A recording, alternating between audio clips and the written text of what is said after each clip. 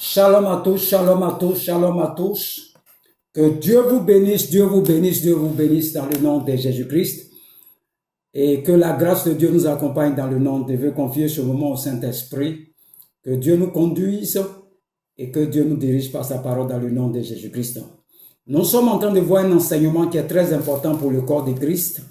Ce qu'on appelle les dettes ancestrales. Nous allons voir le principe de l'iniquité. Les dettes ancestrales, le principe de l'iniquité. Parce qu'il y a beaucoup de personnes qui sont volées dans leurs songes, dans leurs rêves, dans leurs visions, sont volées spirituellement. Ils ne savent pas pourquoi ils sont volés. Alléluia. Et nous sommes en train de faire une série d'enseignements, de formation des disciples pour que tu saches ce qu'on appelle les dettes ancestrales. Il y a des familles, par exemple, ils ne font pas d'enfants. Il y a des familles, par exemple, ils ne se marient pas. Il y a des familles, par exemple, ils ne travaillent pas. Il y a des familles, par exemple, ils ont des maladies bizarres, des maladies héréditaires, ce qu'on appelle héréditaire, ça vient de leur famille. Donc, ils sont en train de payer un prix pour quelque chose qu'ils n'ont pas fait. Tout le monde fait enfant dans leur maison, c'est lui ceux qui ne fait pas enfant. Il y a d'autres, leur famille, c'est diabète. Il y a d'autres, c'est tension. Il y a d'autres, c'est goitre. Et c'est toutes ces choses que nous sommes en train de voir dans les dettes ancestrales. Nous voyons le principe de l'iniquité. Alléluia. Et notre texte de base, c'est Proverbe 22, verset 7. Proverbe 22, verset 7, il dit quoi? Le riche domine sur les pauvres. Le riche domine sur les pauvres. Et celui qui emprunte est l'esclave de celui qui prête. Donc nos parents sont allés demander des choses à des esprits. Leur soutien, leur bénédiction. Et c'est comme un crédit qui est sur la famille. Alléluia. Donc il y a des choses qui t'arrivent là. Ça ne vient pas de toi. Ça vient de ton sang. De l'iniquité qui est dans ton sang. Le péché de tes parents qui est transmis au travers de ton sang, dans les gènes, et ça se transmet de génération en génération. Alléluia. J'ai déjà donné les enseignements, revoyez les enseignements sur les dettes ancestrales. J'ai bien expliqué dans les autres enseignements, je ne vais pas revenir là-bas. Et nous allons prendre notre texte, c'est 1 Samuel 3, verset 14. 1 Samuel 13, verset 14. Il dit, c'est pourquoi je jure à la maison d'Élie que jamais le crime de la maison d'Élie ne sera expié, ni par des sacrifices, ni par des offrandes. Je vais répéter, tu entends. C'est pourquoi je jure à la maison d'Élie que jamais le crime de la maison d'Élie ne sera expié, ni par des sacrifices, ni par des offrandes. Ici, qui jure? Il dit quoi? C'est Dieu lui-même qui jure. Si, à la place d'Élie, là, il faut mettre le nom de ta famille seulement. Il faut remplacer Élie là par le nom de ton papa, ou bien le nom de ton grand-père. Ce ne sont pas les enfants, c'est la maison même que Dieu a juré sur la maison d'Élie. Et la malédiction va être dans les gènes des enfants de génération en génération. Il y a une dimension de malédiction que ni tes offrandes, ni tes sacrifices ne peuvent enlever ça sur vous. Tu vas faire offrande, il faut faire offrande, ça va partir, ça ne va pas. Parce que il y a des malédictions là, ton offrande, ton sacrifice là, ne peut pas enlever ça sur toi. Je vais répéter encore, je le jure.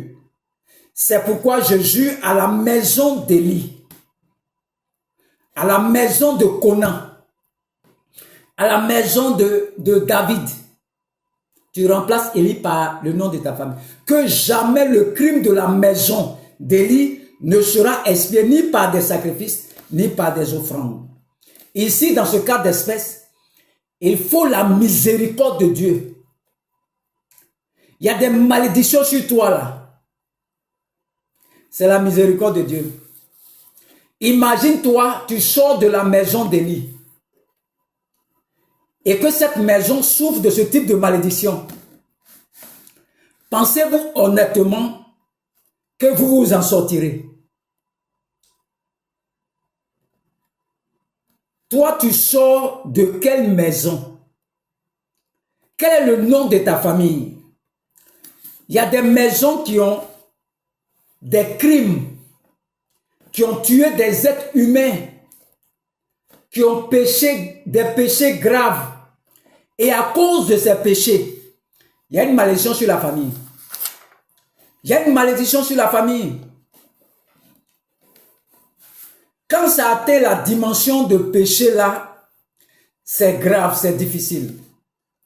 Qu'est-ce qui est écrit pour ceux qui auront prêché la parole, prophétisé, qui vont se retrouver devant le Seigneur? Jésus leur dira quoi? Arrière de moi, je ne vous ai jamais connu, vous qui commettez l'iniquité. Il ne les a pas connus parce qu'ils commettent non un péché, mais l'iniquité. L'iniquité, c'est dans ton sang. Ça, c'est la miséricorde du Seigneur. Ce n'est pas ton acte, ce n'est pas toi qui as péché, mais c'est un héritage qui est lié à l'iniquité que tout le monde va mourir parce que le premier nous a condamnés, il s'appelle Adam. Jésus-Christ est le second Adam, il a résolu le problème, mais tu vas mourir quand même un jour. C'est-à-dire, malgré que Jésus-Christ est venu nous sauver, mais un jour tu vas mourir quand même. Les gens sont allés s'endetter, nos parents, ça c'est eux. Maintenant, toi-même, dans les temps d'ignorance, à chaque fois que tu es rentré chez un féticheur, tu es rentré chez un marabout, tu t'es endetté. Chaque fois quand tu mets pied chez un féticheur marabout, tu es endetté spirituellement. La preuve, c'est qu'ils vont te demander de donner un montant. Parfois, c'est une dette. Tu es allé acheter toi-même ta misère. Là où toi, tu es allé donner, et puis on dit, tu dois quelque chose là-bas. Toi-même, tu vas donner ton mouton pour qu'on fasse sacrifice pour toi. Tu lui as donné ce qu'ils t'ont demandé. Et tu es reparti chez toi. Et tu constates que tu ne fais pas enfant. Quand tu faisais sacrifice là, ils t'ont rien dit. Mais la contrepartie, quand tu arrives, tu fais fausse couche, tu comprends rien. Ça, c'est la contrepartie. Tu allais acheter toi-même ta misère. Là où tu allais donner, et tu allais te livrer toi-même. Tu allais te livrer toi-même. Donc là où tu allais te livrer là, je dois être capable d'activer les Écritures pour que quelqu'un paye pour toi. Parce que tant qu'on ne paye pas pour toi, tu es esclave dans le domaine, dans un domaine bien précis. Le sacrifice que tu as fait avant, tu as oublié, tu es devenu chrétien. Ils t'ont demandé un mouton. Ils t'ont demandé un cabri, un poulet. Tu leur as donné ce qu'on t'a demandé. Ils ont fait le sacrifice, tu es parti. Tu es devenu chrétien maintenant.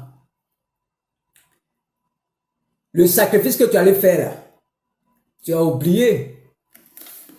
Maintenant, tu es chrétien maintenant. Tu as le sang de Dieu sur toi. Tant qu'on ne paye pas ce que tu allais payer là spirituellement, tu vas souffrir. Ce n'est pas une question de je veux pas. Non, c'est la loi. On dit celui qui emprunte quelque chose est l'esclave de celui qui te prête. Donc, comme tu allais emprunter des choses avec les esprits, tu deviens automatiquement leur esclave. C'est ce que ça veut dire. Donc, il y a des actions que nos parents ont posées avant là. Nous sommes la génération. Nous avons reçu ça dans nos gènes, dans nos sangs. C'est ce qu'on appelle l'iniquité qui est transmise au travers du sang, de génération en génération. Tous les péchés de nos parents, là, les malédictions, les souffrances, il y a des vies qui sont tellement endessées que à chaque fois vous avez l'opportunité d'avoir, par exemple, une promotion qui va vous donner de changer de dimension de façon salariale, financièrement, la dette se présente. Et puis on vous saute. On vous saute. Je me rappelle quand on a eu nos rappels. Quand c'est arrivé chez moi, ils m'ont sauté. C'est comme mon dossier a disparu à la fonction publique. Mon dossier est perdu. Tout le monde est payé. Mais c'est comme si on m'a sauté. Vous n'êtes pas censé avoir de l'argent. Comment vous allez à un niveau supérieur? Les créanciers se présentent et ils raflent tout spirituellement. Parfois, je voyais en esprit comme vous ne comprenez pas vos rêves. Vous passez à côté et vous vivez avec ces catastrophes. Je me rappelle, je fait un songe. C'est comme si la personne a mis sa main par la fenêtre, il a attrapé mon sac. Et il est en train de tirer mon sac et puis je me suis réveillé. J'ai attrapé le sac. Nous deux, on est en train de tirer, puis je me suis réveillé. C'est ce qu'on appelle les dettes ancestrales. Tu n'as pas droit. Ton argent, c'est pour rembourser crédit que tes parents ont pris. Dans cette maison, tu sauras. Et parce que tu seras franchi. Le fait que tu m'écoutes aujourd'hui, là, tu seras franchi des dettes spirituelles. Je te dirai ce que tu dois savoir. Comment agir face à n'importe quelle situation dans la vie pour t'en sortir au nom de Jésus-Christ. Tu t'en sortiras. Quelle que soit la dette que tes parents ont pris, tu vas t'en sortir. Tu t'en sortiras. Écoute bien l'enseignement. On va prendre Juge 11, verset 30 à 40. Juge 11, verset 30 à 40. Juge 11, verset 30 à 40. Vous pouvez le lire à la maison. C'est l'histoire de Jephthé. Juge 11, verset 30 à 40. Jephthé était un juge. Il se lève, il va en guerre pour le peuple de Dieu et il va faire un vœu stupide. Pourquoi? Parce que le Seigneur ne lui avait rien demandé. S'il te demande, tu peux faire un vœu. Il ne lui a rien demandé. C'est Jephthé lui-même dit, Seigneur, je m'en vais en guerre. Si tu me donnes la victoire, écoutons Jephthé. Dans son zèle, il dit au Seigneur, si tu me donnes la victoire, je vais te livrer la première personne qui sortira à ma rencontre. Lorsque je reviendrai de guerre, je te livrerai cette personne. Regardez un vœu stupide comme ça. Toi, tu es en guerre. Dieu t'a rien demandé. Il n'a pas de faire vœu. Et il dit, va sacrifier la première personne qui va venir célébrer la victoire avec lui. En vrai, Dieu sacrifie les gens. Dieu d'Israël n'est pas un Dieu qui prescrit les sacrifices humains. Depuis quand Dieu a dit de tuer quelqu'un, tu as vu ça où? Mais lui, il se lève comme ça. Si tu me donnes la victoire là, je vais te sacrifier la première personne. C'est ça qu'on appelle un vœu stupide. Il y a des gens comme ça qui ne travaillent pas encore. On leur a demandé poser la question, quand tu vas travailler là, tu donnes quoi à Dieu? Il faut faire un vœu. Il dit, quand je vais travailler, je donne la moitié de mon salaire à Dieu. Il dit, quand je vais travailler là, je vais donner 20% de mon salaire à Dieu. C'est ce qu'on appelle les vœux stupides. Tu ne sais pas ce qui t'attend dans 5 ans. Quand tu as fini de faire ta formation puis sortir là, les problèmes qui vont venir là. Beaucoup souffrent comme ça, ils n'ont pas honoré les vœux qu'ils ont fait à Dieu. Et le problème de ce vœu, c'est qu'il c'est un vœu qui est d'autant plus stupide qu'il sort du cadre de l'adoration de Dieu.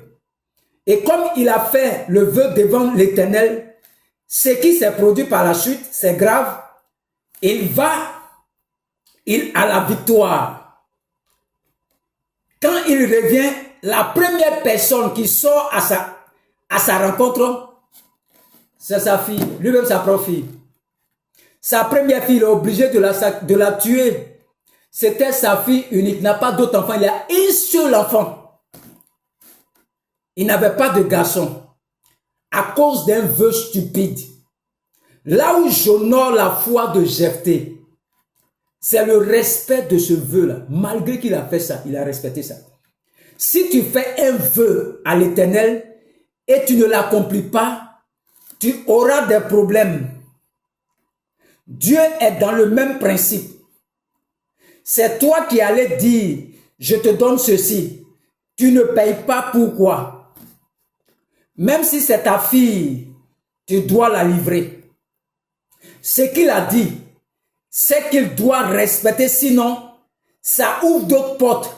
Et puis, le diable peut te faire du mal. Veillez sur toi, à ne rien devoir au Dieu que je sers.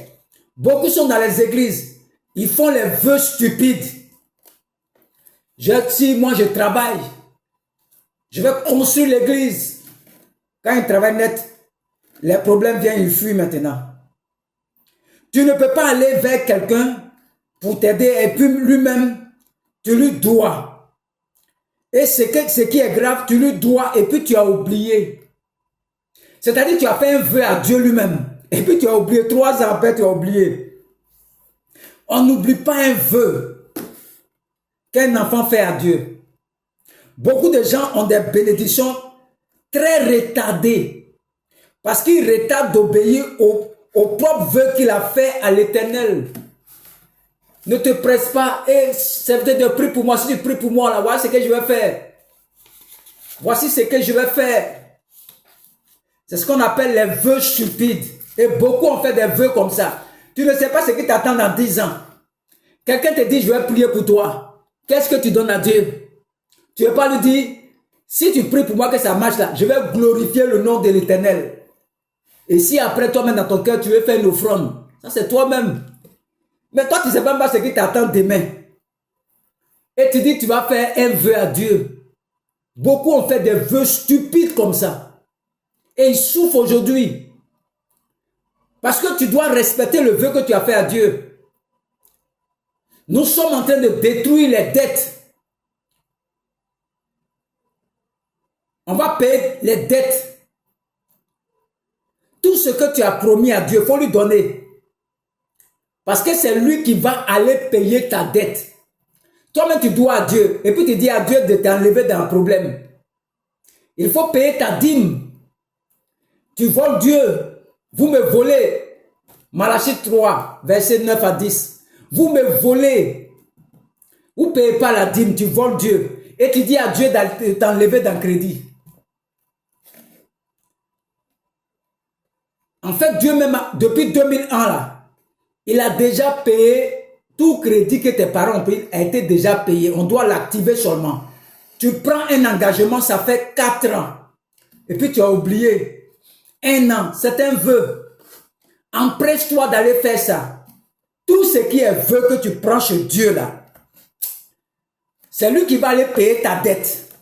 Il faut fouiller dans ta vie. Est-ce que tu n'as pas pris un engagement quelque part? Est-ce que tu n'as pas dit que tu vas honorer Dieu quelque part? Va payer ta dette. Parce que c'est Dieu lui-même qu'on doit lui dire d'aller payer crédit de tes parents. Et puis toi-même, tu es endetté chez Dieu aussi. Empressez-vous. Empressez-vous. Toi qui dois à Dieu, il faut payer tes crédits d'abord. Nous allons prier maintenant. Que Dieu vous bénisse abondamment. Que la grâce de Dieu soit sur vous. Ce qu'ils ont fait pour que ton argent aille ailleurs, aujourd'hui, c'est annulé dans le nom de Jésus-Christ. Tout ce que tes parents ont fait avant, qui fait que ton argent, ça va ailleurs, c'est annulé dans le nom de Jésus-Christ. Je proclame sur ta vie ne servira plus à rembourser les dettes de tes parents dans le nom de Jésus-Christ. Ta vie ne servira plus à rembourser les dettes de tes parents dans le nom de Jésus-Christ. Levez les mains. Seigneur, libère-moi, libère-moi, libère-les, Seigneur, par des dettes par le nom de Jésus-Christ. Dis, Seigneur, libère-moi des dettes. Libère-moi des dettes au nom de Jésus-Christ. Les dettes ancestrales de mes parents. Seigneur, libère-moi totalement. Libère-moi, lève tes deux mains et remercie le Seigneur pour ce message que tu viens d'entendre. Dis, Seigneur, libère-moi totalement. Il faut prier. Prie, dis, Seigneur, libère-moi des dettes ancestrales. Libère-moi. Libère-moi. Ma vie va plus servir à payer les crédits de mes parents. Il y a plus de 2000 ans, Jésus-Christ a payé le prix à la croix. Le sang de Jésus-Christ a coulé à la croix pour que tu sois libéré. Et j'active le sang de Christ dans ta vie maintenant. Ta vie ne servira plus à rembourser le crédit de tes parents. Lève les mains maintenant. Éternel, éternel, éternel. Que l'emprise et le siège que l'ennemi dans ma vie, à partir de mon sang, sont complètement détruits au nom de Jésus-Christ. C'est-à-dire l'emprise de l'ennemi. Le siège de l'ennemi dans mon sang est détruit complètement dans le nom de Jésus-Christ. C'est-à-dire la source même qui est dans ton sang, l'origine qui est dans ton sang, qui fait que tu es pillé tous les jours dans les songes, est détruit dans le sang de Jésus-Christ. Je proclame que le sang de Jésus-Christ efface tous les terrains illégaux détenus par Satan et ses agents dans ta vie à partir de ce principe de l'iniquité au nom de Jésus-Christ. Tous les terrains légaux détenus par Satan et ses agents soient effacés par le sang de Jésus-Christ. Tous les terrains de ta vie que Satan contrôle est effacé dans le nom de Jésus-Christ, dans le sang de Jésus-Christ. Oui, il y a dette illégale, mais le sang de Jésus-Christ plaide en ta faveur ce soir. Le sang de Jésus-Christ plaide en ta faveur ce soir. Le sang de Jésus-Christ plaide en ta faveur ce soir. Le sang de Jésus-Christ plaide en ta faveur ce soir. Le sang de Jésus-Christ te libère de toute forme de dette ancestrale qui est contenue dans ton sang, dans ton ADN, qui se trouve dans ton gène. Sur un chromosome, je détruis cela maintenant par le sang de Jésus-Christ. Tu ne vas plus transmettre ça à tes enfants. À partir de ta génération, ça s'arrête. Ça s'arrête maintenant, l'iniquité. Les dettes ancestrales s'arrêtent sur ta vie. J'arrête ça à partir de toi. Ça ne va plus rentrer dans le sang de tes enfants. Le jeune qui est en toi, je dynamise cela par le sang de Jésus-Christ. Je dynamise cela par le sang de Jésus-Christ. Je dynamise cela par le sang de Jésus-Christ. Je dynamise cela par le sang de Jésus-Christ. J'active pleinement ce soir le sang de Jésus-Christ qui a coulé à la croix il y a 2000 ans pour toi maintenant. Tu es libéré de toute forme de dette ancestrale. Tu ne seras plus pillé dans tes songes. Tu ne seras plus pillé dans tes rêves. Tu ne seras plus pillé dans tes visions. Tu ne seras plus volé physiquement. Tu ne seras plus volé. Je les arrête dans ta vie. Et je brandis maintenant. J'envoie les anges. Là où tu es réclamé, là où il y a des dettes ancestrales, les anges vont avec le sang de Jésus-Christ, le sang qui nous a libérés.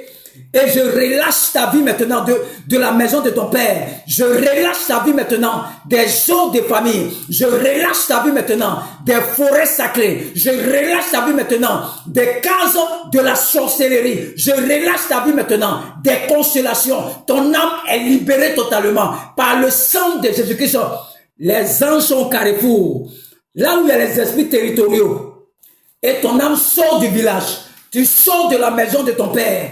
Tu sors des dons. Le prix a été déjà payé. Jésus a dit tout est accompli à la croix. Je te libère à partir de maintenant. Tu es libéré totalement. Tu es libéré totalement. Tu es libéré de la maladie. Tu es libéré du célibat. Tu es libéré du chômage. Tu es libéré du glaucome. Tu es libéré du diabète. Tu es libéré de la tension. Tu es libéré de l'insuffisance rénale.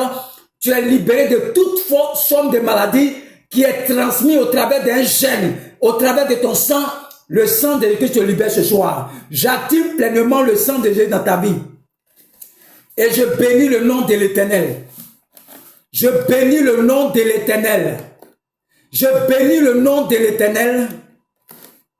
Cet enseignement, nous mettons en fin à cet enseignement. Les dettes ancestrales. Tu es libéré totalement. Ce crédit est effacé par le sang de Jésus-Christ. Cette dette qui est sur toi est effacée par le sang de Jésus-Christ. Cette dette qui est sur toi est effacée par le sang de Jésus-Christ. Cette dette qui est sur toi est effacée par le sang de Jésus-Christ. Je te libère, quel que soit l'esprit qui est devant toi. Tu es libéré totalement. Le prophète Jean a parlé. Je ne reviens plus sur ma parole. Aucun esprit ne peut t'encaisser quelque chose. J'active le sang de Jésus partout où ta vie est demandée comme crédit. J'active le sang de Jésus là-bas. Et je te libère. Crois en cette parole. Reçois cette parole. Reçois cette parole. Reçois cette parole. Reçois cette parole. Reçois cette parole. Tu es libéré. Il y a plus de 2000 ans. Que Dieu te bénisse. Mon numéro c'est le plus 225 07 59 87 91 37. Je suis le prophète Jean Guiard de la mission divine d'amour et nous étions sur une formation, les dettes ancestrales. Nous venons de finir les dettes ancestrales, revoyez les autres enseignements. C'est un enseignement qui est très capital pour le corps de Christ. Revoyez les enseignements, c'est une formation dans le domaine de la délivrance, de la formation des disciples. Ça, c'est le domaine de la délivrance. Et tu peux méditer ce passage pour libérer la vie des personnes qui sont captives, des dettes ancestrales. Pour tous ceux qui ont envie de nous soutenir pour pouvoir avoir un terrain à Boisflé, mon numéro c'est le plus 225 07 59 87 91 37. Je suis le prophète Jean Guiard de la mission divine d'amour. Que Dieu vous bénisse au nom de Jésus-Christ. Amen.